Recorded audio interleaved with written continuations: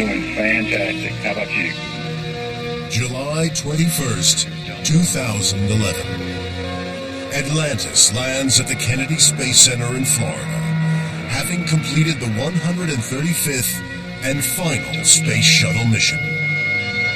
Atlantis, a ghostly silhouette swooping across the end of the runway and touching down to complete a flawless mission, its final flight. This is the story of a dream to make space travel affordable with a reusable spacecraft. I thought there's no way anything this big will ever get off the planet. Told by the men and women who risked everything trying to make that dream come true. Most fantastic day of my entire life was the first day the shuttle lifted off.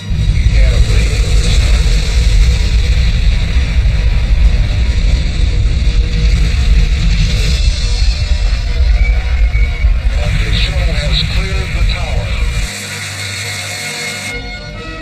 In its 30-year career, NASA's flagship has flown more miles, completed more missions, and delivered more hardware than any other space vehicle in history. Success, however, has come at a tragic cost. Go and throttle up.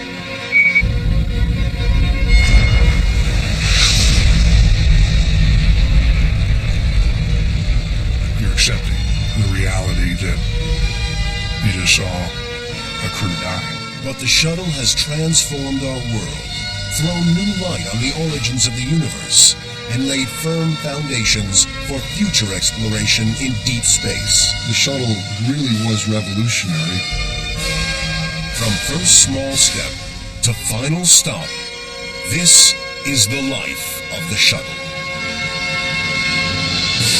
After serving the world for over 30 years, the Space Shuttle has come to a final stop.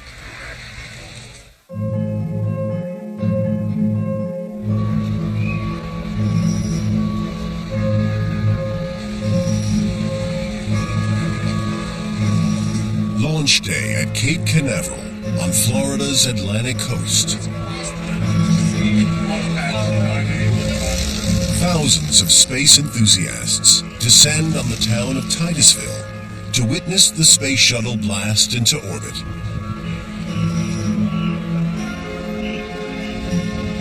The shuttle is the most sophisticated and complex vehicle in the world. Before launch, it weighs 2,200 tons. To defy gravity and get into space, the shuttle and her crew must survive a controlled explosion of extraordinary proportions.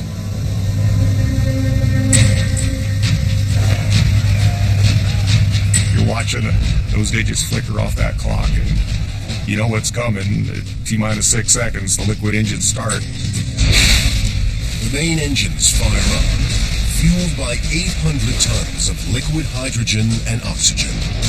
And the noise level, you just can't picture how noisy that is.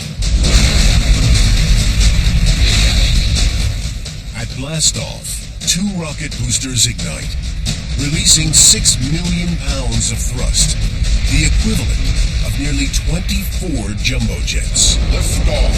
Liftoff. Liftoff of Columbia. Liftoff. Yeah, you get this growling, real high frequency, like that. It just really, really shakes you. And it looks very slow and gentle as it lifts off. No, it slaps you back in your seat and you lift off at just about 2 times the force of gravity.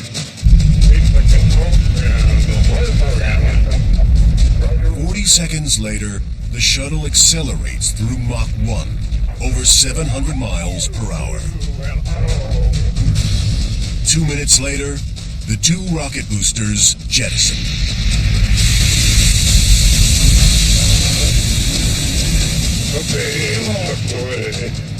And then when the engines quit, there's a cheer on the intercom. Everybody just cheers because you have a sense that most of the danger is behind you now. It takes just 8.5 minutes for the spacecraft and her crew to get into orbit. But 40 years ago, when the shuttle program began, all this was still just a tantalizing dream.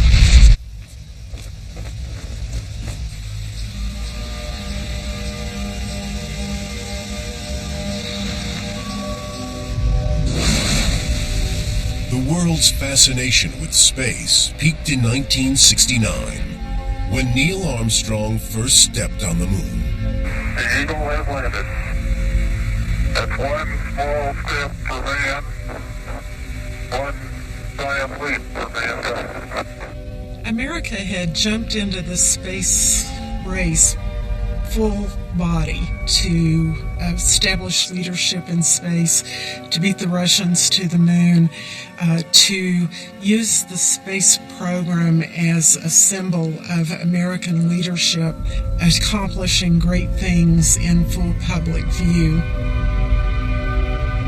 With the space race won, astronauts became national heroes, inspiring the next generation of space traveler. Men like Mike Mullane. I wanted to be an astronaut as soon as I heard the word. I was a child of the space race, and I fell in love with everything associated with space, with rockets, with astronomy. Started building homemade rockets and testing them from the deserts. I say homemade rockets, they were actually pipe bombs with fins. Amazing I didn't blow myself to hell and back with these things. But by the early 70s, the public's excitement for the moon landings was on the wane. Well, the public is fickle in some ways. So the first lunar landing was a huge event. The nation was behind it. It was part of the Cold War. The United States and the Western civilization is technologically superior. The second moon landing was ho-hum. The third moon landing attempt, nobody paid any attention to. Putting a man on the moon cost $25 billion. The next chapter of space exploration would need to be far cheaper. Much of the activities of the 1960s was fueled by this space race with the Soviet Union. But all through this period, NASA officials are saying, we got to find a better way to do this. We got to find something that's more economical, that's more reliable, that's more safe and routine.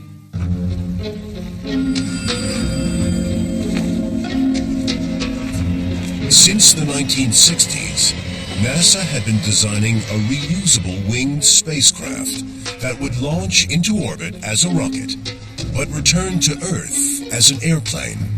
They called it the Space Shuttle. The Space Shuttle is the most complex spacecraft ever attempted. It was a combination of a rocket, a spacecraft, a glider. It relied on both internal and external propulsion systems. For the first time, it had wings and wheels so that it could come back and land on runway. The shuttle would be more efficient and more economical than the Saturn rockets that powered Apollo missions to the moon.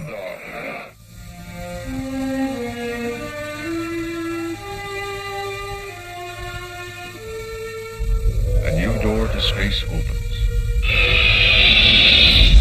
The Space Shuttle. Everything that has gone before in space is over.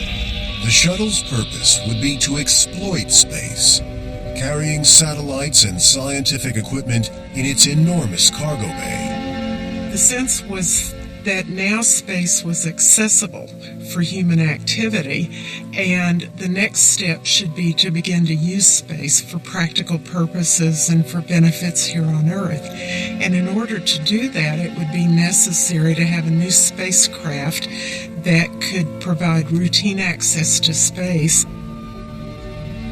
The shuttle would be a delivery truck, a motorhome, and a science laboratory in one. Infinity has a new complexion, and we must identify it. This is not fiction. It is as real as man's purpose to survive and to grow. But building a vehicle capable of routinely blasting into space and returning to Earth would create one of the greatest challenges in the history of NASA.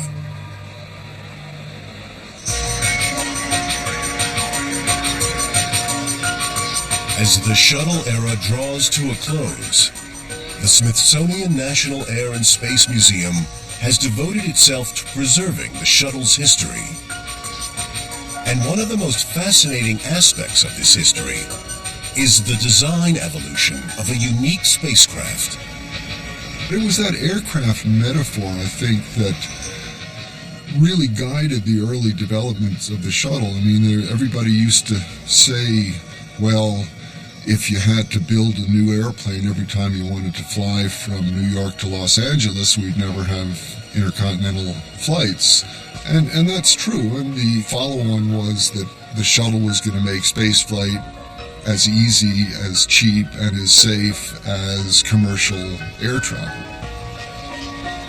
At the Smithsonian, they tell the story of how the shuttle's iconic shape developed. We're in the exhibits division of the National Air and Space Museum, where we're in the final stages of laying out our history of the evolution of the space shuttle. There were many options for what a space shuttle could look like. They began by looking at fully reusable designs that had a piloted orbiter on top of or connected to a piloted booster. Another consideration was whether the vehicle should have straight wings or triangular delta wings. Another big consideration was how to control the size of the orbiter itself and minimize weight in the orbiter so that it could carry more payload. So there was a decision to put a big external tank under the orbiter. Through this design process, the shuttle became a reusable winged spacecraft with 2 reusable booster rockets. Only the large central fuel tank would be discarded. What would make the shuttle revolutionary was its reusability. NASA promised a frequent flyer with a price tag of just $10.5 million a mission.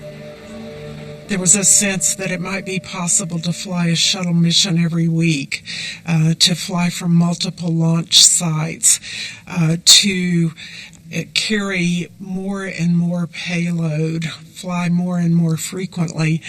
And the sense of the economy of spaceflight was based on those very optimistic predictions. With the basic design finalized by the early 70s, construction could begin. This spacecraft would be half rocket, half airliner. And it was built with a very specific job in mind. The moon was no longer NASA's primary goal. The shuttle would spend most of its time in low Earth orbit at altitudes between 200 and 300 miles. But getting the entire orbiter and its crew back to Earth in one piece would become the engineers' single biggest challenge. Probably the biggest technological leap was protecting something that big from the heat of re-entry and be able to reuse that heat shield over and over and over again. When the shuttle returns from space at hypersonic speed, it must plow through the dense air molecules of Earth's atmosphere. The resulting friction will generate temperatures up to 3,000 degrees Fahrenheit, enough to instantly melt the shuttle's metal airframe. Well, the space shuttle is basically constructed like an aircraft. It's made out of aluminum. It is a wonderful metal to work with for airplanes, but it doesn't do very well at high temperatures. In fact, even at the temperatures you might get in your oven at 400 degrees Fahrenheit, it begins to soften. The problem with the space shuttle, of course, is it's coming back at about 3,000 degrees Fahrenheit on the bottom. What we had been used to doing prior to that time was a capsule with an ablative heat shield on the back that burned away in the process of coming in for a landing, and astronauts who were rescued at sea by the Navy. We're going to get away from all of that with a space shuttle. So the re-entry process will be one in which the thermal protection system will not burn away. It will not be an ablative heat shield. It will be something that is reusable. Designing a heat shield that could be used repeatedly became the priority for the engineers. The shuttle couldn't go into space until it was solved.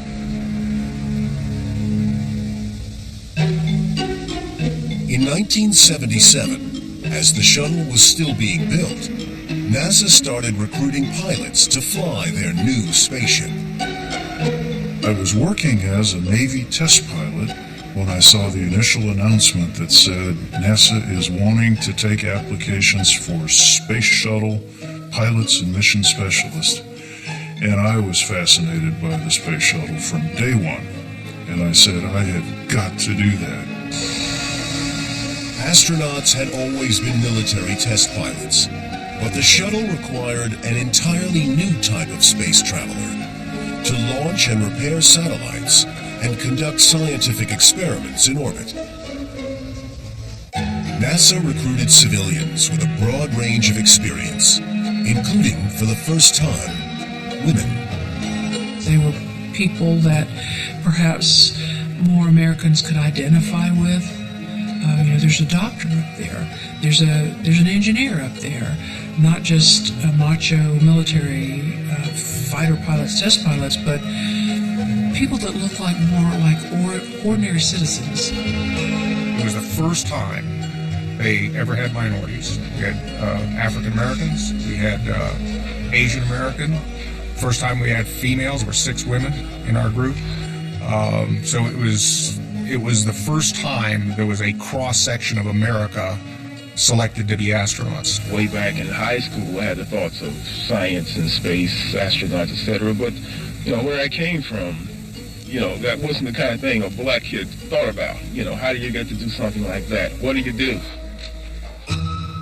I was working at MIT, and so when they said they're looking for some new astronauts to fly in the shuttle, and by the way, we don't just need pilots, we want scientists and engineers, something I'd always dreamed of, and now I had a real shot at it.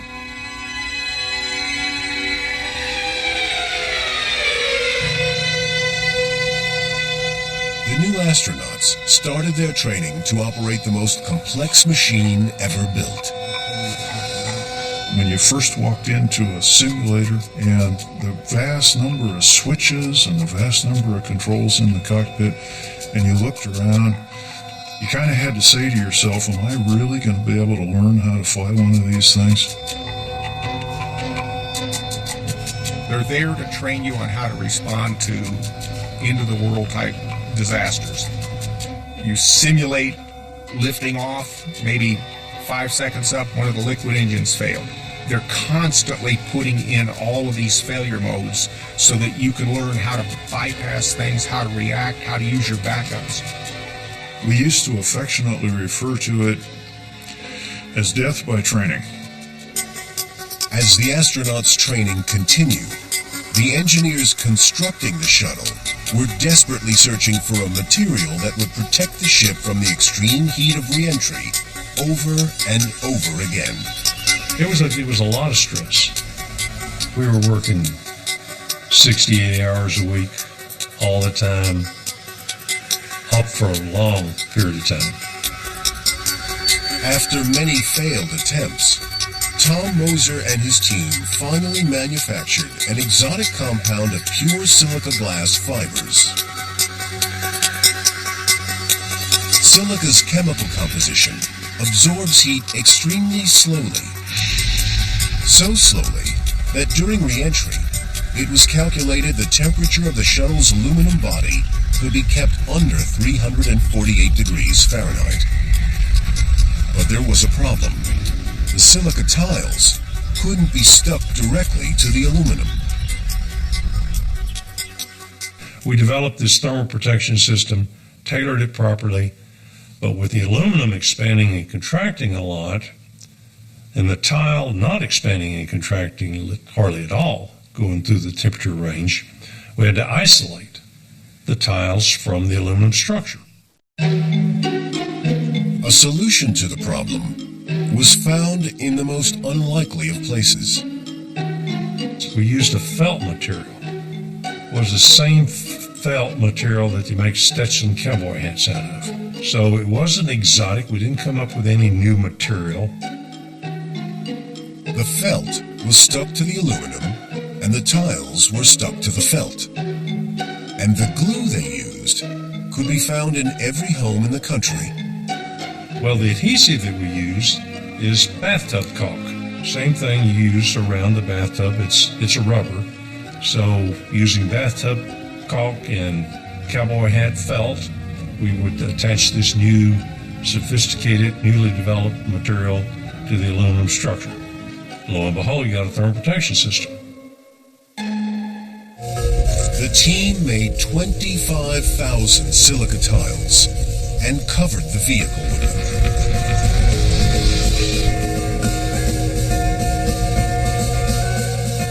So it was that kind of engineering problem that we came up with a unique solution to it and fixed the problem and didn't add a lot of weight to the vehicle.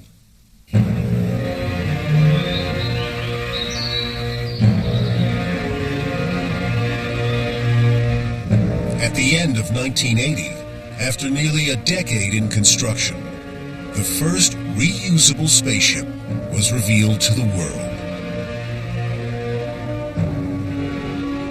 It reached nearly 200 feet in height and weighed over 2,000 tons.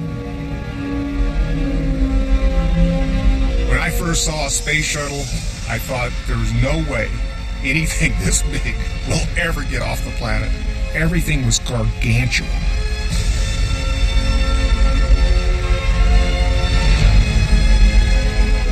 And it was also a sense of, this is real. I mean, these things are real.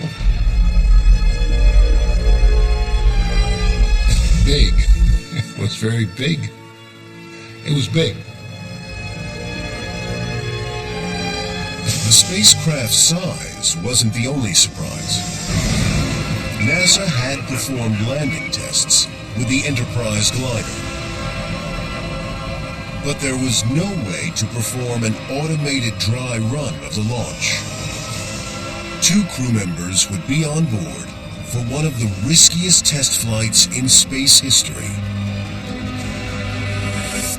To command the shuttle's maiden flight, NASA picked its most experienced astronaut, a man who'd walked on the moon, 50-year-old John Young. It's hard to describe John because he is what I would say a typical country boy. He's always laid back, doesn't make a big deal about anything. But underneath that low-key exterior is the mind of a really sharp engineer and pilot. To accompany Young, the space agency chose Navy test pilot Bob Crippen. So it was a truly dynamic duel that they had on board the spacecraft for the first time there. I think it was as great a team as ever been assembled in spaceflight.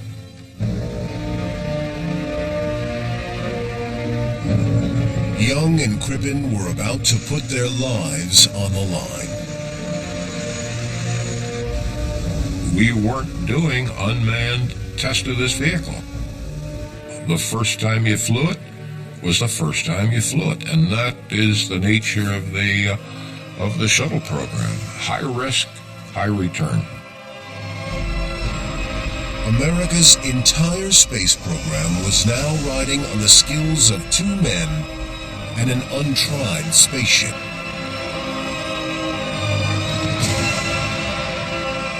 Seven, 6, 5, 4. We have a go for main engine start.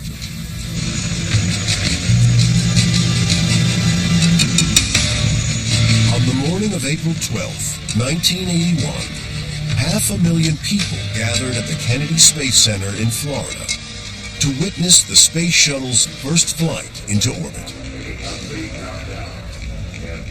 The world held its breath. During tests for the first Apollo launch in 1967, 3 American astronauts had died. A repeat of this tragedy could destroy the shuttle program.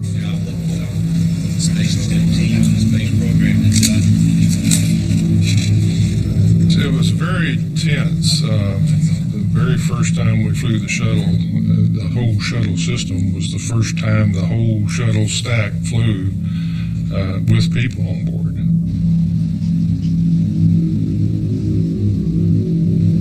They had tested the main engines on the ground. They had tested the solid boosters on the ground. Everything else was an unknown. After a decade in the making, the space shuttle and her crew were about to face their 0 hour. T-minus 12, 11, 10, 9, 8, 7. As they're getting ready to start the engines, they initiate the deluge, and you see these literally tons of water going down into the flame pit. 6, 5, 4, we have a go to main engine start. And then you see the explosive start of these engines that turns this water into steam.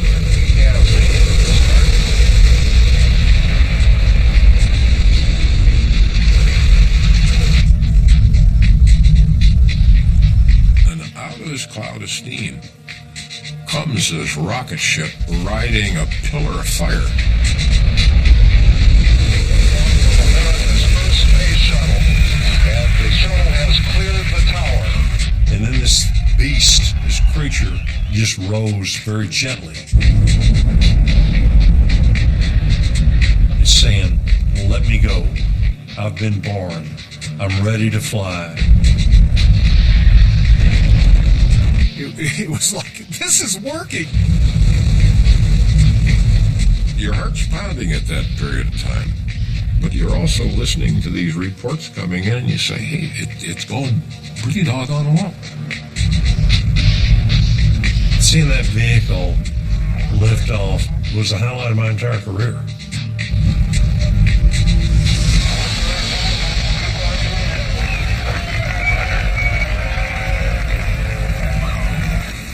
Roger on the set, Columbia. Mark, 2 minutes, 20 seconds. Confirm solid rocket booster set. When we finally heard that MECO call, main engine cut off, when it's basically in orbit, we just were all out of our seats just cheering.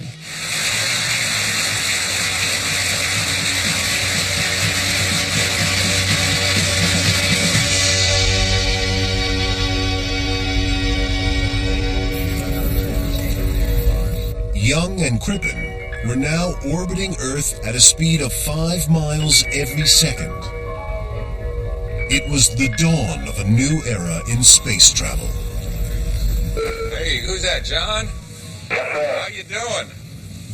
We're just going all far, sir. Hey, listen, I'm glad to talk to both you and Crip. How's he behaving? I'm trying to behave pretty well, Mr. Vice President. Well, listen, it's a far Vice away from President things George to come. Bush's I mean, tribute it's one of was the- beamed around the world. I think your trip is just going to ignite the excitement and the forward thinking from this country, so I really just wanted to call up and wish you the very best. Here, Mr. Vice President. Thank you very much, sir. But the euphoria was short-lived. 90 minutes into the mission, the crew opened the shuttle's cargo bay doors to release heat generated by the electronics.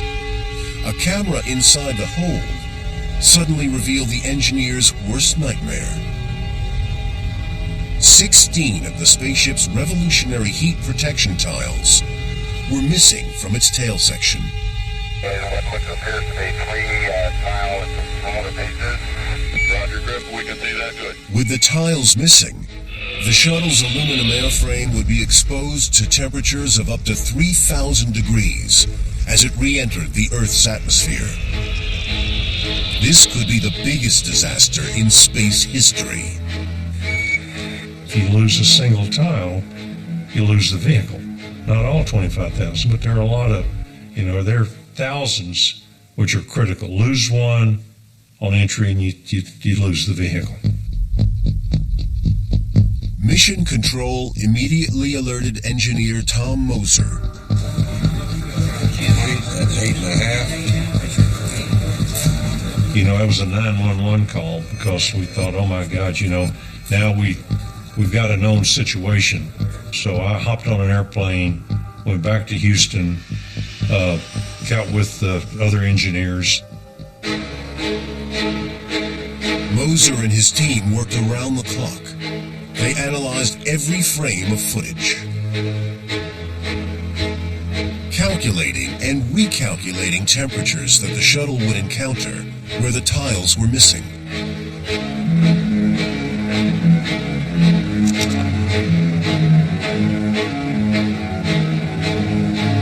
We have to recognize that we will have various glitches during the course of the mission, and we have to be prepared to make an assessment as to what are we going to do about it.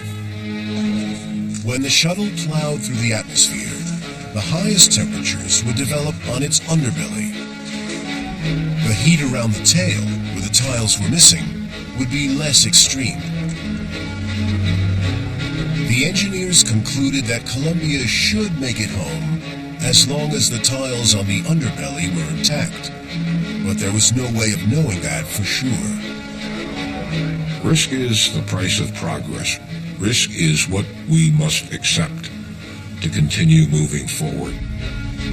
After 54 hours in space, Young and Crippen were cleared to re-enter the Earth's atmosphere with a damaged heat shield. The entire future of the shuttle program depended on whether the tile engineers at NASA had gotten it right. 50% quality, 66, that's better. And for almost 30 heart-stopping minutes, when the tiles were exposed to the most extreme temperatures, Mission Control would have no radio contact with Columbia. It was an anxious time because as the orbiter comes back through the atmosphere, it ionizes the gas and it blocks out all communications. No one would know if the crew were alive or dead.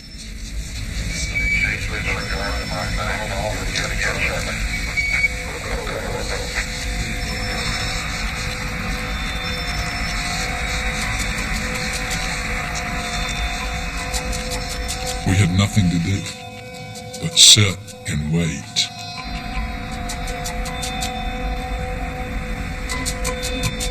It's almost like you'd been holding your breath for an entire day, and you just suck that air in. All those memories of problems with the thermal protection system, problems with the entry flight control system, problems that have been given to us in our training simulations, all of those things that could go wrong could be going on.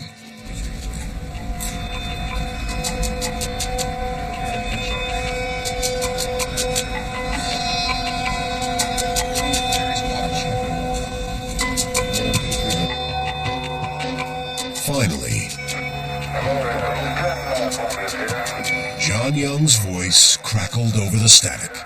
Oh, hello, Columbia. Houston's here. How do you read? But Columbia faces one more test. The shuttle now had to land. No other spaceship had ever returned from orbit to touch down on an airstrip. Columbia may be the world's most complex vehicle, but on landing, there's no engine power to make flight corrections. She's a 100-ton glider.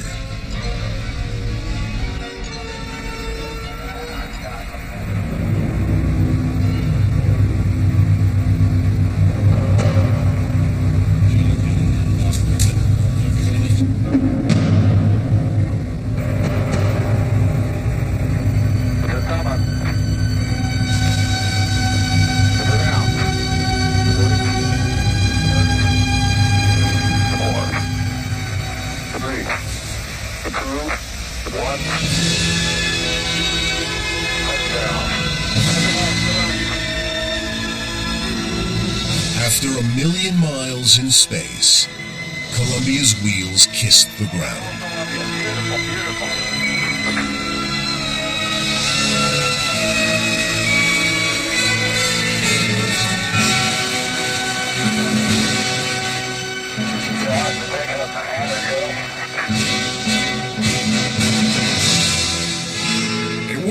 It worked. I think it actually shocked a lot of us that the engineers were able to pull that off.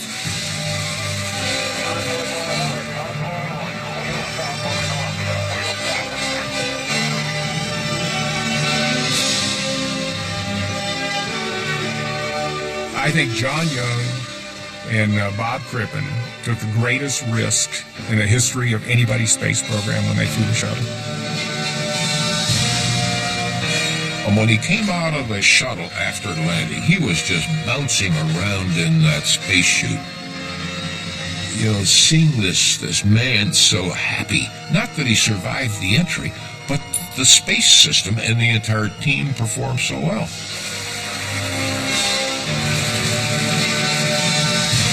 I was taken back by the emotion that came out, and tears were flowing down my cheeks and all. And I think a lot of people felt that way too. The mission was a success now. It had taken nearly a decade to build the world's first reusable spacecraft. But in April 1981, the age of the shuttle had arrived.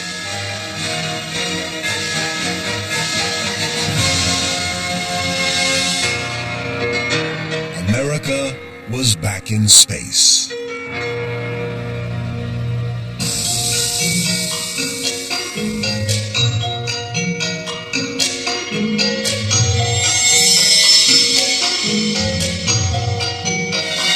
By the early 80s, the space shuttle was ready to go to work, deploying satellites, military hardware, and scientific equipment.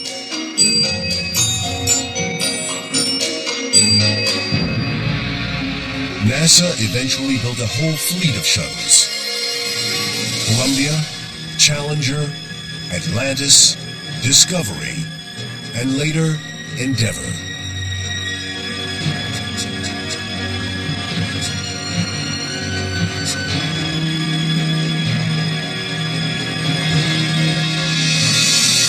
In 1983, British astrophysicist Mike Fole headed to Houston with the dream of swapping his laboratory in Cambridge for one in the space shuttle.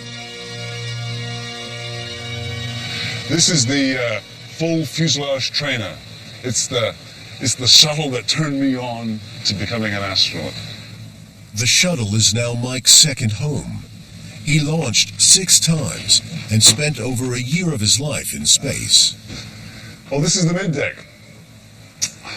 This is the room in between the flight deck and the floor of the space shuttle where the main nose gear is.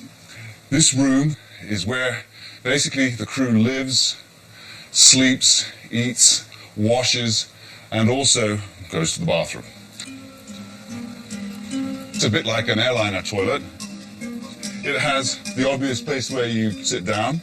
It has handles to hold you down on the toilet. There's a vacuum control. You can break the toilet. If you break the toilet, you are the most unpopular person on the space shuttle for the rest of your flight. And it hasn't happened more than, I think, once.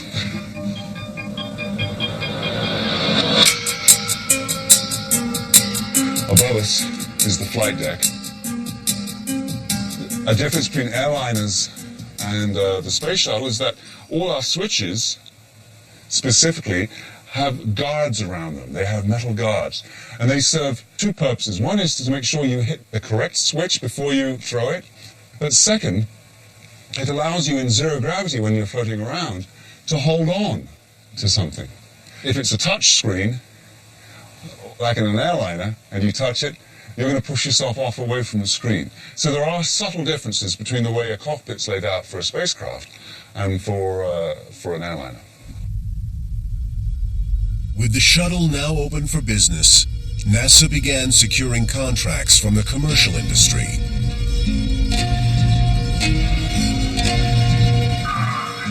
In the early 80s, the world stood on the brink of a technological revolution.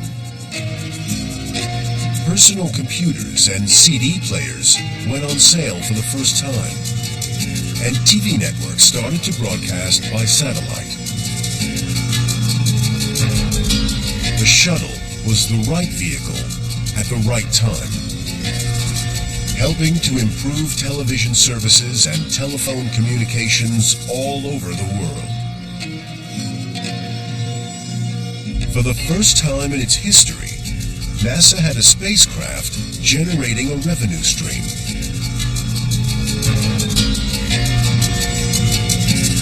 Basically, we had moved into an entirely new era of technology that could be exploited by commercial enterprises. The space shuttle was to exploit, not to explore space.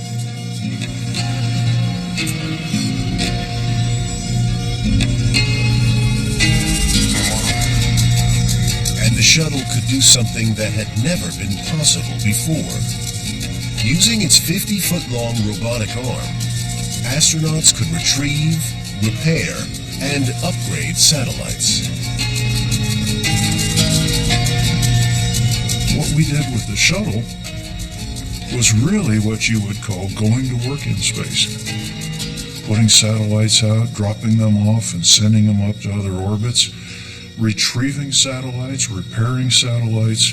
Pretty blue-collar work, but we didn't care. I mean, none of us cared what we were doing as long as it put us in space.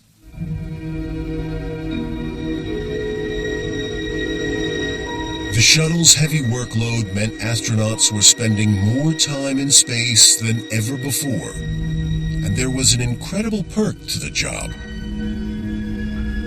I would stay up late on my shuttle missions so I could have an opportunity to look out the window. And I would tell my crew, you have to do this before we deorbit and land. Because if you don't take some time to look out the window, then you're missing one of the most important things on the human side of flying in space is looking down on the planet.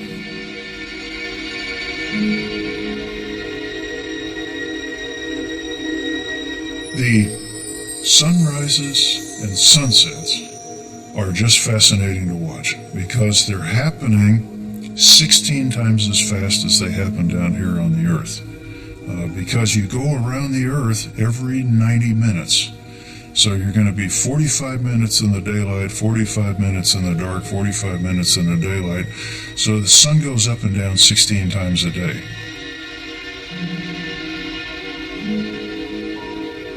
I know from my first flight, I spent so much time looking out the window that I only slept maybe 4 hours a night, and after a couple of days, you can't keep going like that.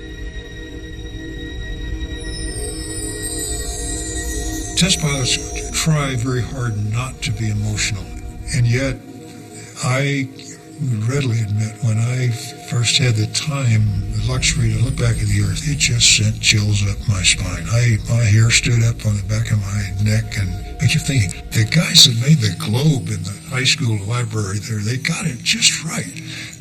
I couldn't figure out how they did it.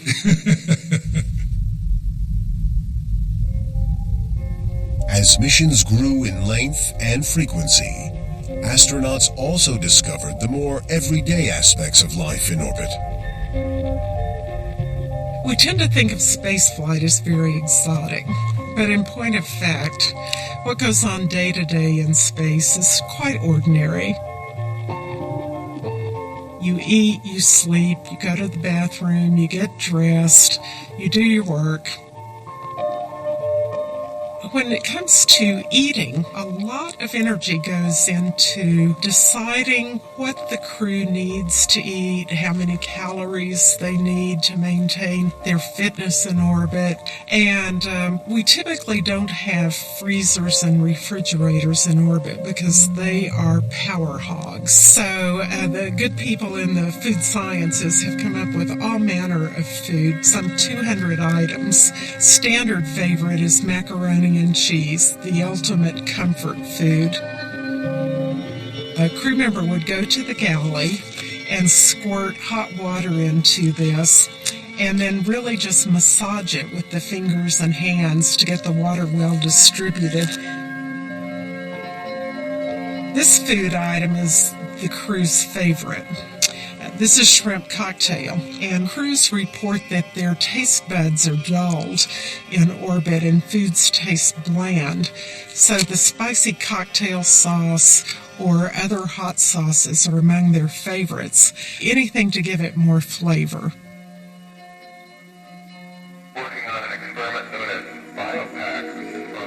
On each mission, the shuttle's new breed of astronauts would conduct unique scientific experiments.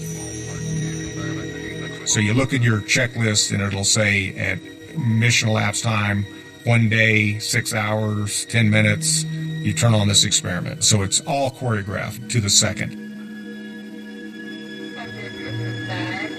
The amount of science that we did on the shuttle was awesome. There's so many different fields that have benefited. Experiments were designed to explore the history of the universe, look down on our planet, and reveal the effects of zero gravity on life, from single-celled organisms to the human body. I wanted to understand what happened to people when they went into space. There's certain things that happen in your body because of gravity that we didn't know before, because we've never been in a place where there wasn't gravity acting on us in some way. The shuttle's extraordinary versatility was making headlines, and the public fell in love with space once again.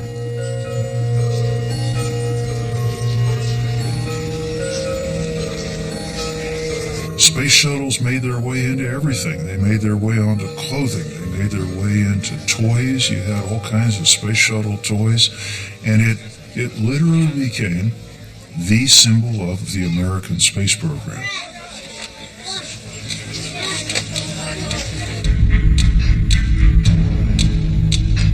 The shuttle was flying more and more missions each year.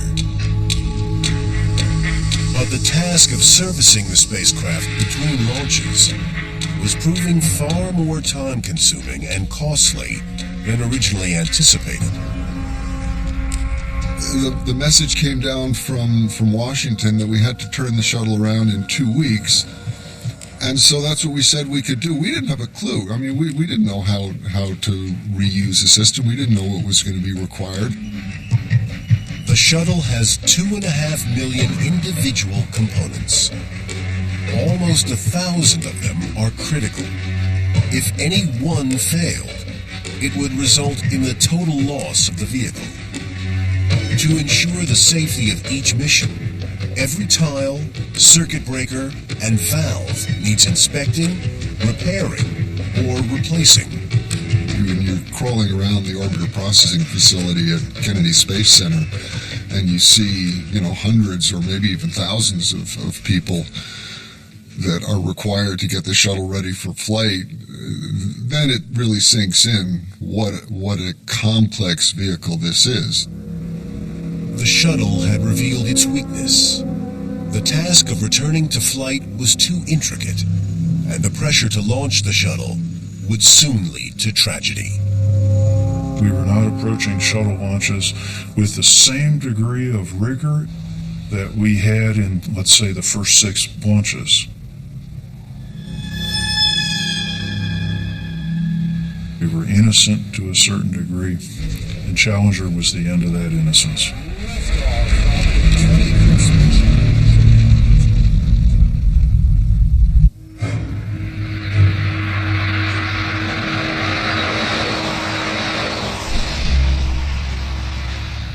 On January 28, 1986, the Space Shuttle was due to launch on its 25th mission into orbit. It was shaping up to be NASA's busiest year yet. The shuttle program at that point was viewed as a great success. It had been building toward a large number of flights, and they were going to continue that increase in operational activity because this was going to be routine. This was all viewed as something that we were going to do on a regular basis. But the night before Challenger's departure, temperatures plummeted well below freezing, and large icicles formed on the launch pad. There was concern for the safety of the heat protection tiles. I got a call that night from the program manager, and he said that there was a situation which was concerning, and they wanted to make sure that everything was okay, or should we scrub the mission? One of the concerns was the ice would hit the tiles and damage them. So we formed a team that night, and we convinced ourselves that we were safe for flight. So I reported back to the program manager that we were go for flight. But this flight was different from any other. Among Challenger's astronauts was a member of the public, 37-year-old school teacher and mother of two, Krista McAuliffe. She had been chosen from more than 11,000 teachers for a White House initiative designed to encourage children to study the tough subjects of science and engineering. The idea that you could take someone, a non-professional astronaut, a teacher, a newsman, and fly them seemed to us to be a little bit premature. So as it came around to that and we saw the publicity, I think many of us said, this isn't all bad. Because if it helps us sustain the space shuttle program with support through the Congress and the public, then that's good. Let's just hope it's safe enough. Are you feeling any apprehension at all about going up into space? Well, not right now, but I really don't think the whole thing has hit me.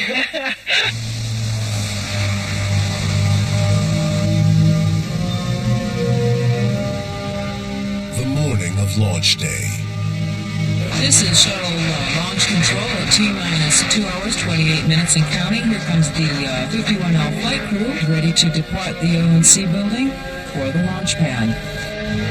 As the 7 crew members made their way to the shuttle, temperatures on the pad were still barely above freezing. 7 minutes and counting. School kids in Krista's hometown of Concord, New Hampshire, tuned in to watch the historic occasion.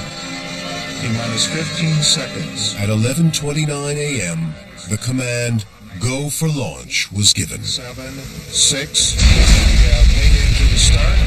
3, 2, 1, and liftoff. Liftoff of the 25th Space Shuttle mission, and it has cleared the tower.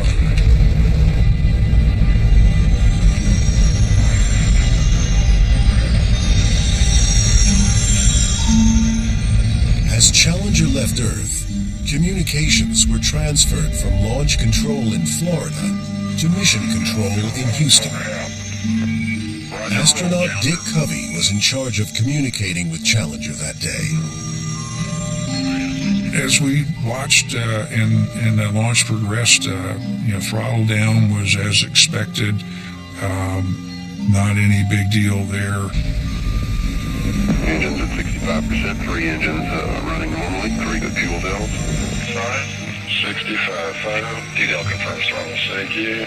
I made the call, go at throttle up. Challenger, go at throttle up. It's a standard call. Everything, also, the absence of anything else says everything looks normal to us.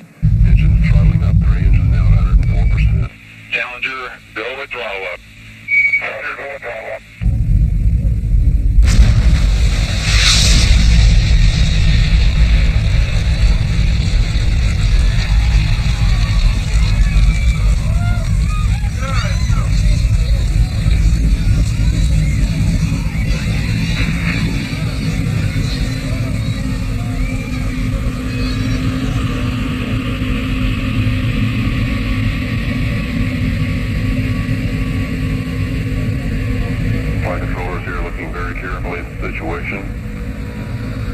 Obviously a major malfunction.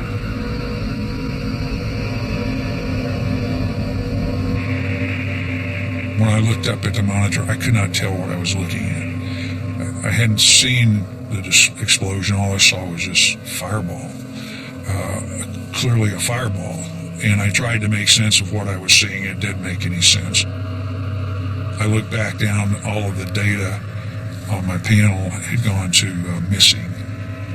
Fido trajectory. Go ahead.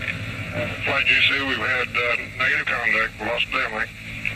Okay, everybody, stay off the telephones.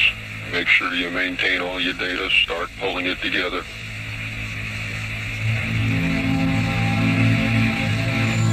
Waiting word on any recovery of forces in the downrange field. The disaster unfolded live on television. Reports from the flight dynamics officer indicate that the vehicle apparently exploded, and that impact in the water. Flight Throttle, go ahead. RSO reports vehicle exploded. Copy. That's when I realized that the emotional part of it really hit me then. Because then we were beyond work. We were beyond our training. We had run the gamut of even ideas of what we might do. Now we were in an accident recovery situation. Well, that's hard to do when you're accepting the reality that you just saw a crew die.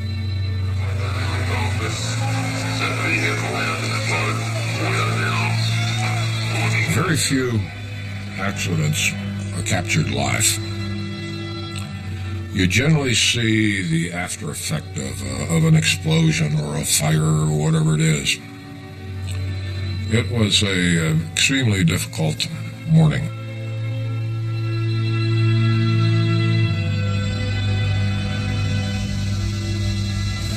We will never forget them, nor the last time we saw them this morning, as they prepared for their journey and waved goodbye, and slipped the surly bonds of earth to touch the face of God.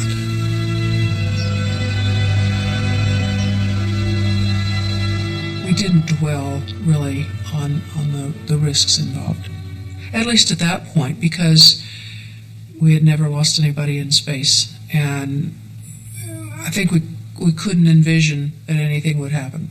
Perhaps we were in denial. We were naive to that degree. We were innocent to a certain degree. And Challenger was the end of that innocence.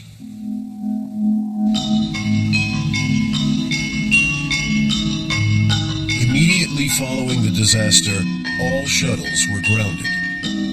And one of the most intense and thorough investigations in history began. I know, Mr. Kilminster, you signed the document that went to NASA to launch, but in a sense, it was almost like a committee decision. There was no one person that was responsible. After 4 months, the Presidential Commission published their report. It revealed that the loss of 7 astronauts and the $2 billion spacecraft had been caused by a simple pair of rubber O-rings in the solid rocket boosters. This tragic accident was a result of the failure of that joint on the right aft booster rocket. The rocket boosters are made up of 6 cylindrical segments stacked on top of each other. At each joint between the segments, a pair of rubber O-rings, a primary and backup, make an airtight seal inside the joint. On the day of Challenger's launch, the boosters ignited, firing a flame down the center of each rocket. In a split second, an explosive force caused the steel casing to expand outward. But because of the freezing temperatures that morning, the rubber O-rings had hardened and failed to seal the joints properly. Flames burst through the gap with catastrophic effect. But what was also shocking was the Commission discovered O-rings had failed on previous launches, and NASA had known about it all along. Disaster had only been prevented because the backup ring held. What shocked us was it was a predictable failure, that there was a long history of problems with the O-rings. That was shocking. But there was a further damning revelation in the report. The night before the mission, there was another phone call about the decision to lift off. The solid rocket contractors advised NASA managers it was too cold to launch Challenger. But under pressure from NASA, the contractors reversed their decision from a no launch to a go launch. But this had never occurred before, this last-minute critical decision as to whether launch or not launch. And the investigation exposed massive procedural failures in NASA's decision-making. The loss of Challenger 7 crew members was the first time in American space history that astronauts had died in flight. This is going to be a safe thing, and all of a sudden, pow, it is in your face. It is not safe. It's dangerous. It can be deadly. And that was a real shock. I think it was a shock because everybody expected it to be perfectly safe. Those of us that worked in the industry knew that was not true, but we didn't talk about it a lot. The future of NASA's space program now hung in the balance. Would the shuttle ever fly again?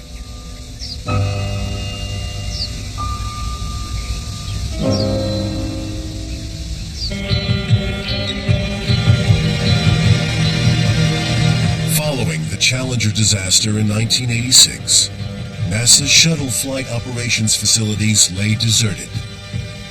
All space shuttles were grounded. NASA spent the next 2 years on a $1.4 billion overhaul of their spacecraft, making over 200 modifications. It was extremely important that NASA find a way to fly again as soon as possible. Waiting to fly again risked the whole program. In fact, it could risk the agency. Finally, in 1988, the shuttle made its way back to the launch pad. And flying aboard the first mission since Challenger was the last man to speak with Challenger's crew, astronaut Dick Covey. The interest wasn't on our mission, it was on the crew. Unlike anything that we had seen, who are these men who are going to go fly on the next space shuttle flight after the previous one blew up and killed all the crew members? The mission was an unqualified success. But as regular shuttle service resumed, the ambition of an affordable fast turnaround spacecraft was proving ever more elusive. Commercial satellites were now increasingly launched on conventional rockets, and the shuttle needed to find a new purpose urgently. The Space Shuttle was built to be a very versatile spacecraft for a variety of tasks and a variety of roles. And its role has changed over time, almost decade by decade. In the 1980s, the Space Shuttle was primarily a delivery truck. And in the 1990s, it was really a science platform.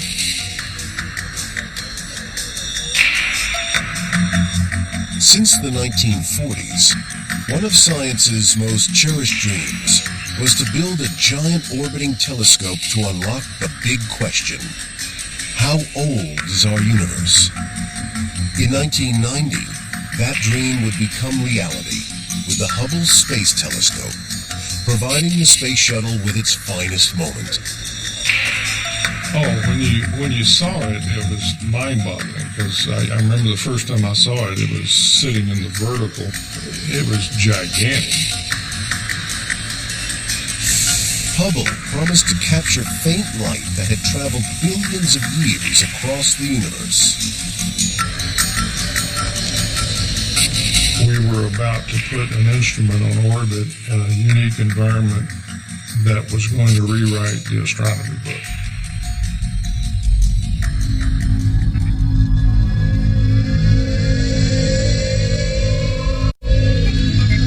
To get Hubble to its optimum altitude of 380 miles, the shuttle would go further than it had ever gone before. GPS. Oh. Eagle. Go. If the spaceship's fuel systems failed this far from Earth, the astronauts would be unable to return home. DC. Go. Network go. The risky thing is you have separate fuel systems for each of the two engines.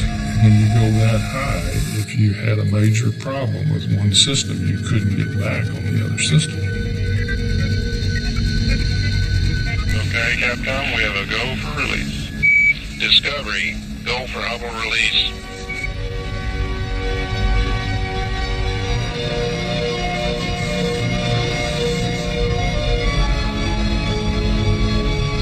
With Hubble deployed, the telescope's two vast mirrors could open a window on the heavens with unprecedented clarity. Light entering Hubble bounces off its primary mirror onto a secondary mirror that reflects the light back to a focal point where it's captured for analysis.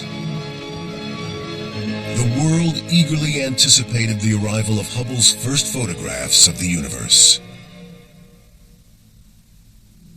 But when the images were beamed back, they were blurred.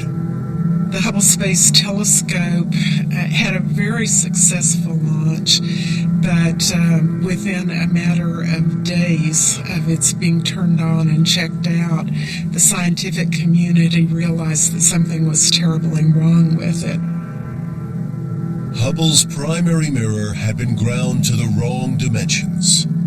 A 50th of the width of a human hair was all it took to make the telescope short-sighted. It was a humiliating disaster for NASA and put the shuttle program at risk again. If we were going to go to the moon or go back to Mars, Mars would be a year's flight. We couldn't have a goof up the way we had with Hubble. Suppose the oxygen failed. What are we going to do? Say, hang on, we'll be there in 6 months? We were denounced in the halls of Congress. Hubble was a techno-turkey.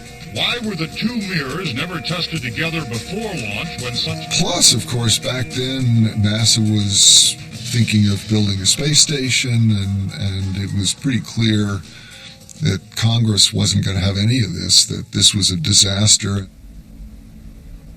Only the shuttle could get Hubble into space. And now only the shuttle could fix it.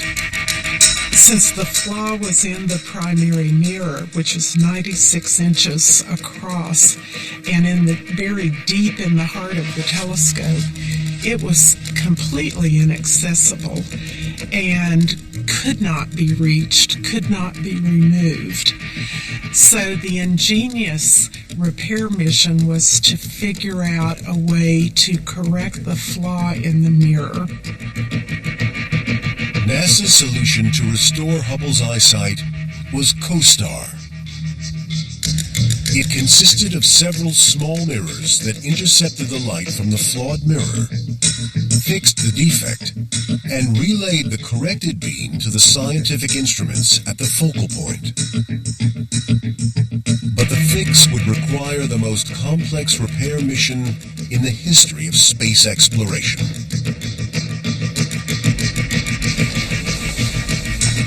From the point of view of the public, the purpose of our mission was to fix Hubble's optics. But in fact, there were many things that were wrong with Hubble. We needed to replace the solar panels. That was one of the big jobs. The gyroscopes were failing, and alongside that, there were little things. I mean, we had to replace some circuit breakers. There was electronic control box that had to be fixed, a recorder, a lot of little things that we needed to do. NASA astronauts Jeff Hoffman and Story Musgrave trained for 11 months, simulating the weightlessness of space in a vast water tank. As a spacewalker, I need the right move. If you're putting the motherboard in a computer, if you're putting memory chips in, if you're doing this or that, it's the moves you make that'll guarantee the outcome. We were at it 16 hours a day. There wasn't going to be anything that we could have done to prepare for the mission that didn't get done. By December 1993, they were ready. But many inside NASA doubted the success of the mission. NASA headquarters had no faith that we were going to pull it off.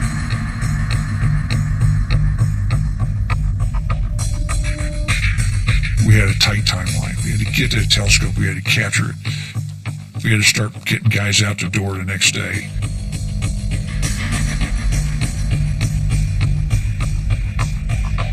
It took 3 days for the shuttle to reach the stricken telescope. After carefully maneuvering the spaceship into position, its remotely controlled robotic arm reached out to grab hold of Hubble. Rigid eyes, Space Telescope Captain. Houston, Endeavour has a firm handshake with Mr. Hubble's telescope. There was relief all around. We copy that, Cubby, and there are smiles galore down here. It's quite a sight. Great work up there, you guys. The crew had to attempt 5 dangerous spacewalks back to back. It had never been done before. Fixing Hubble's faulty mirror was relatively straightforward. Installing a new camera with corrected optics also went to plan. But another part of the operation proved more difficult. The astronauts had to replace 4 of the gyroscopes that kept Hubble stable. But they were located deep inside the telescope. To get access to them, you gotta reach way back in there. So I came up with this procedure in which I would get into the work position. It's so tight in there. If one of us could actually slide in underneath the gyroscopes, we could get the job done much faster. So I had my buddy Jeff grab me by the feet and he fed me up inside the telescope. I held on to Story, positioned him properly, and then he sort of locked himself in place, and we went through the replacement one after the other, and they all worked. So we felt really good. All that was left to do was close Hubble's doors and get back into the shuttle. I went to shut the door and close the latch, and it didn't latch properly. And so I opened it again and, closed it. Didn't latch. And that's when I thought to myself, oh boy. It's not closing, the doors aren't closing right. Let's try to get the bottom. When you get the bottom putting in, before you close that door. I can't figure out why the doors won't close. Unless the doors were securely fastened, the extreme cold could destroy the telescope's fragile components. Hubble would become a billion-dollar piece of space junk. And we finally came up with the idea of making an unusual use of one of our ratchet devices. The movers use them to hold down furniture inside moving vans. After nearly 2 hours carefully manipulating the doors, they finally got them closed. We held the doors together in alignment, and with 2 fingers I moved to come along, and it pulled them together, so we had it. We got the door closed. Good work, guys.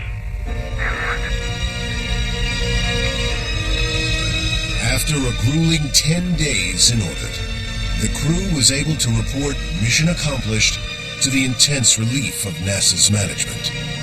And we have to say that through your superb efforts, you have really shown that NASA can do all that we promised to do and more, and we very much appreciate it.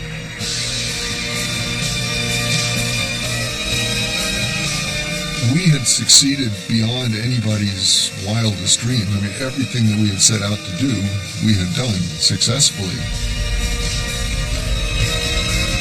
Since its repair, the Hubble Space Telescope has photographed black holes, dust storms, and melting ice caps on Mars. It's seen stars being born and dying, and measured the rate at which the universe is expanding. Well, Hubble, through more than 20 years in Earth orbit now, has been probably the most significant astronomical instrument that has been used in our history. It has opened our eyes to things that we had never dreamt of previously. But more than that is the scientific knowledge we've gained about black holes, about the nature of Big Bang, about the possibilities of dark matter and dark energy. All of these have been aided fundamentally in our efforts to understand the cosmos. The Hubble rescue mission showcased the shuttle's unique abilities to retrieve and repair large structures in space. This versatility had originally been conceived for a much larger and more ambitious project, one that had always been deemed unaffordable until now. In 1993, the U.S. Congress approved the billions of dollars needed to construct a permanently manned space station in orbit. The International Space Station is the largest international engineering project ever attempted in the history of mankind, both in terms of scale, money, people involved, anything you want to talk about. It would be a living, working environment in space that could only be constructed using the shuttle.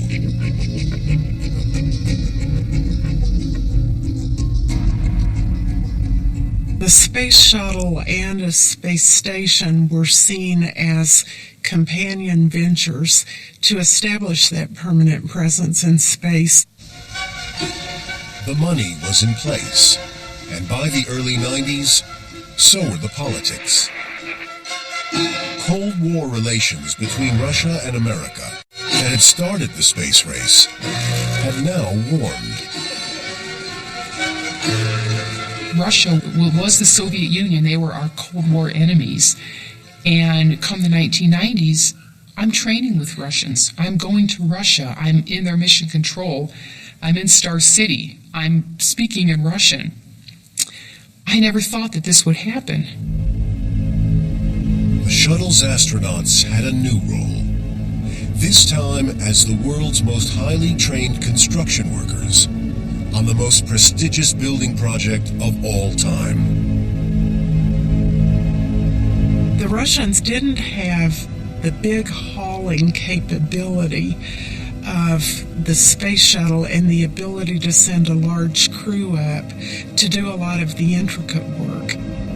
Over 13 years, they flew more than 30 missions, hauling essential parts into space and assembling the station piece by piece. The shuttle, with its big payload bay, was able to haul lots of stuff up there, including modules that were built literally all over the world by engineers and scientists who speak different languages, have different cultures, and they put it together in Earth orbit with astronauts and cosmonauts, and it works. That's the most remarkable thing to me. The plug-and-play aspects of this is truly unbelievable.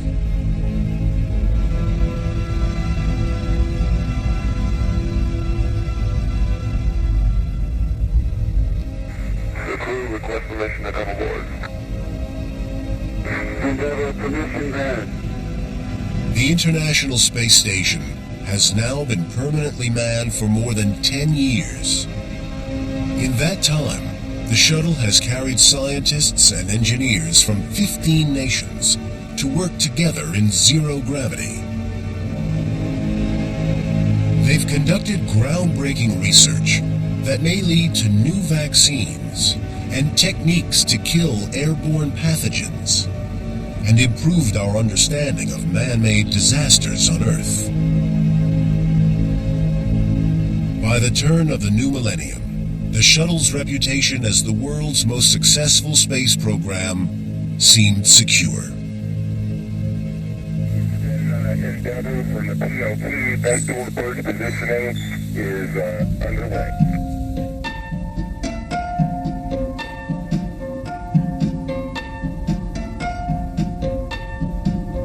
February 1st, 2003.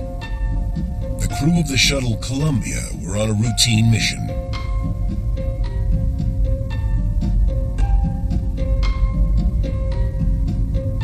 Columbia was the oldest shuttle in the fleet, and the first to launch into orbit, more than 20 years earlier. This was her 28th flight. The crew was made up of 7 men and women with a diverse range of skills. 4 of them were on their first mission. They had spent 16 days in space, conducting science experiments and sending videos back to Earth.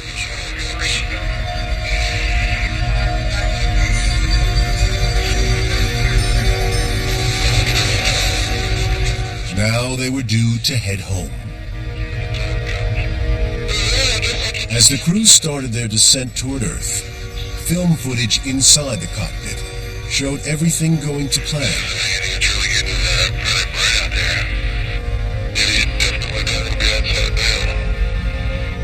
We operate so close to these hazards that we have to experience in all of our missions. We have to be almost perfect. Really good isn't good enough. But 10 minutes after Columbia re-entered the atmosphere, Mission Control noticed 4 temperature sensors in the left wing had failed. 4 high return temps to the left outboard, left inboard outboard. Where is that instrumentation located? All 4 are located in the aft part of the left wing. Instrument malfunction at this stage was not uncommon. Everything looked good to you? Control and rates and everything is nominal, right? Done so far fine. We have good trims. I don't see anything out of the ordinary. Okay. All other readings appeared normal. But minutes later, more sensors failed. And flight econ? Econ. I've got 4 temperature sensors on the bottom line data that are off scale low. Suddenly, Shuttle Commander Rick Husband's words cut out mid-sentence. I'll fly back to it also.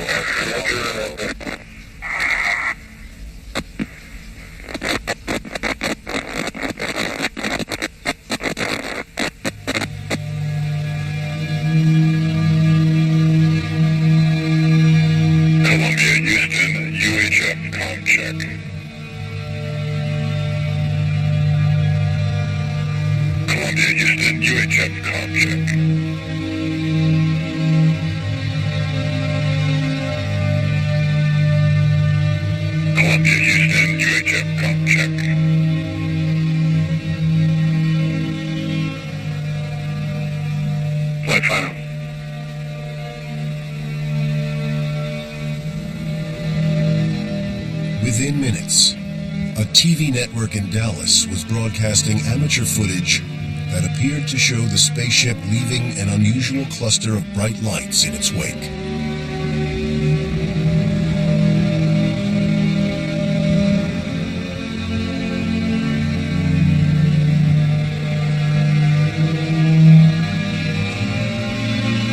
GC flight. GC flight. Flight GC, lock the doors. Copy. No phone calls, off-site, no data, no phone calls, no transmissions anywhere into or out.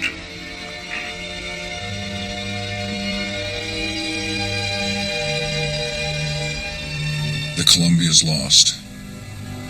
There are no survivors.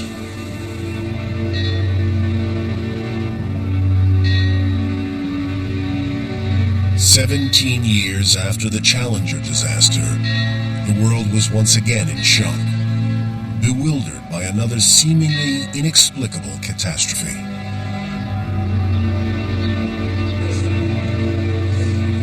People just spontaneously went to any place that had to do with space to gather together and participate in a kind of public ritual of mourning. And a lot of people left mementos and messages to the crews. And some of the most poignant of the items that were left were little greeting cards made by students expressing sorrow or expressing a sense that the astronauts were heroes.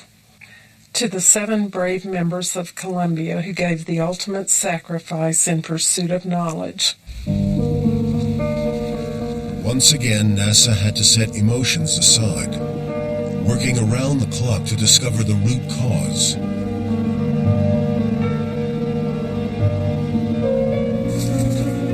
Over 12,000 pieces of debris were spread across Texas, Louisiana, and Arkansas. the Kennedy Space Center in Cape Canaveral, the debris was laid out for investigation.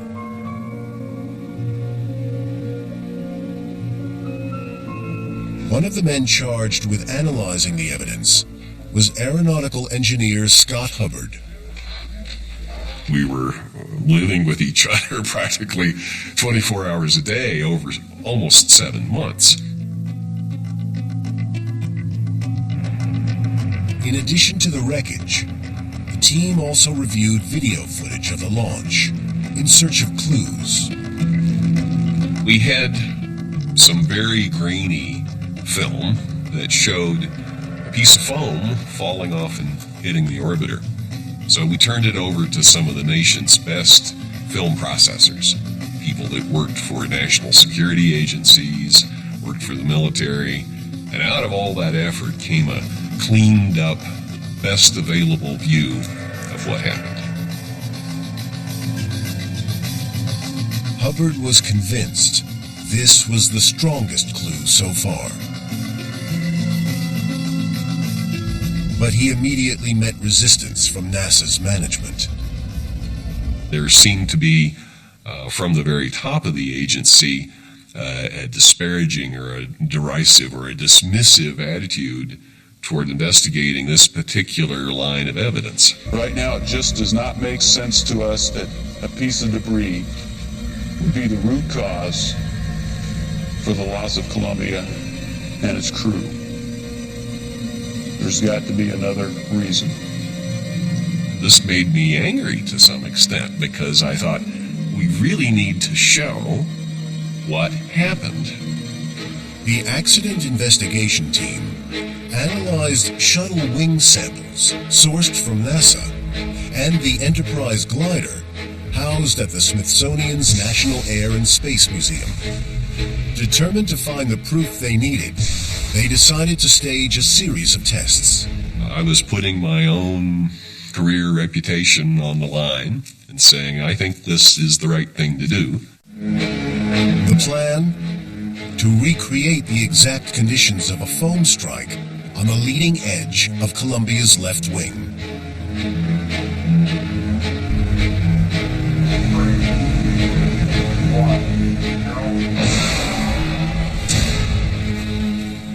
The gun made its boom, and there was a little bit of mist in the air, and it cleared.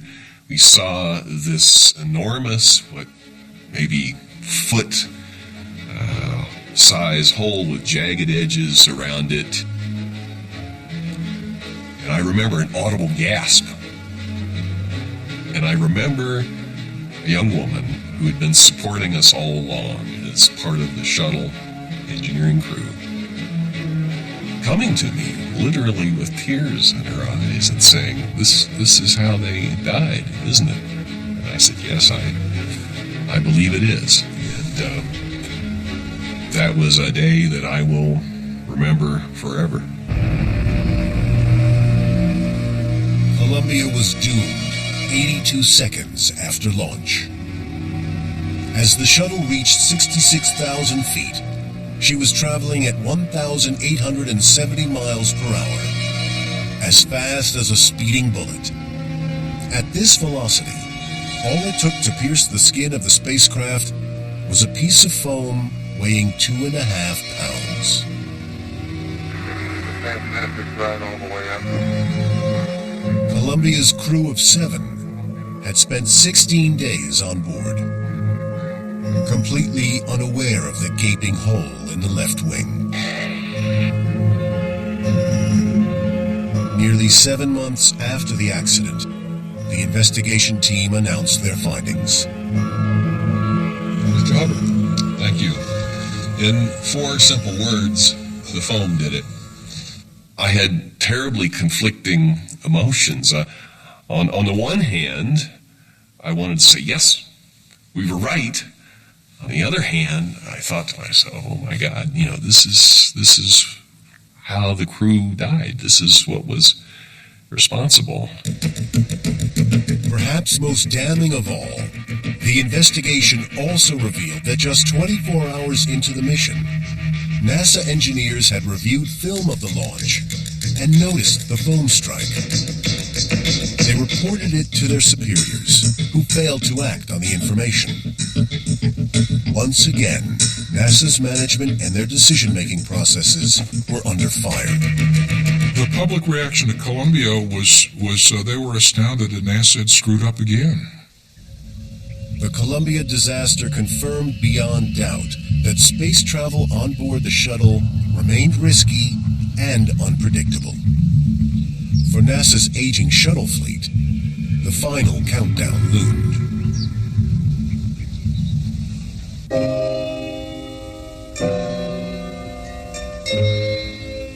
In 2004, President Bush announced that once it had served its purpose, building the space station, the shuttle would be retired. The Columbia accident convinced me, and I think many other people, that it was time to retire the shuttle. The shuttle is aging. It is high risk. Been 2 accidents and, a little over 100 flights. That's not very good odds. The age of the space shuttle had entered its final phase. On July 21st, 2011, the shuttle landed at the Kennedy Space Center for the very last time. Landing was at 4:57 a.m. Central Time, 5:57 a.m. Eastern Time, about 41 minutes before sunrise. The fleet has flown 135 times at a cost of $209 billion in today's money. It sounds like a no-brainer that reusing a spacecraft would make it cheaper. As it turned out, the reusability feature made it more expensive, because after it lands, you have all of these thousands of systems and lines that have to be tested and pressurized and drained and checked. It turned out to be much more difficult than anybody ever anticipated. For now, the shuttle's job will be conducted by other, cheaper spacecraft. But the 3 surviving shuttles will become monuments to the pioneering spirit of space exploration, inspiring the next generation of astronauts. Atlantis will be exhibited at the Kennedy Space Center in Florida. Endeavour will reside in the California Science Center in Los Angeles. And Discovery will be displayed at the Smithsonian's National Air and Space Museum in Washington, D.C. The Space Shuttle has been an inspiration to generations of young people who will want to continue the effort to move out into space. When I go and talk to young kids and I say, how many of you would like to be astronauts? All the hands go up. The shuttle has earned its rightful place in the Air and Space Hall of Fame.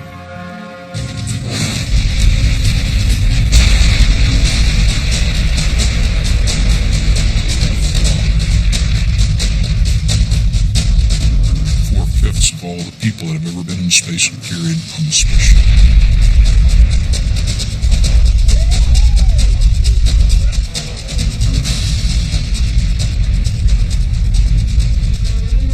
And external tank separation is confirmed. The science conducted on the space shuttle will continue to have remarkable impact on humanity.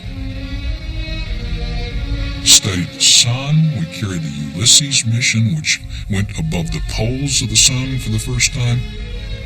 Carried the Magellan probe that radar mapped Venus. Carried the Galileo probe that went to Jupiter. Made maps for parts of the world for which there had been no maps. Space Shuttle, post-Challenger, have 2 great legacies: Hubble Space Telescope, Space Station. I still have to pinch myself every once in a while and say, did this really happen? 355 individual astronauts flew on the Space Shuttle, completing 21,152 Earth orbits. traveling over 542 million miles, enough to reach Jupiter. Today, America's ambitions in space are changing. Future exploration is now focused on deep space. But the shuttle gave the world a glimpse of what the future might hold. Living and working in orbit on the first reusable spacecraft. The shuttle is still the most awesome, fantastic transportation system ever existed.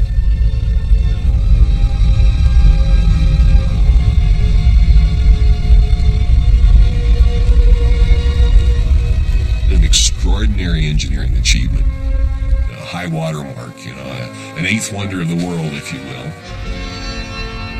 It was 30 good years of doing a whole bunch of stuff. It really rewrote the book on space.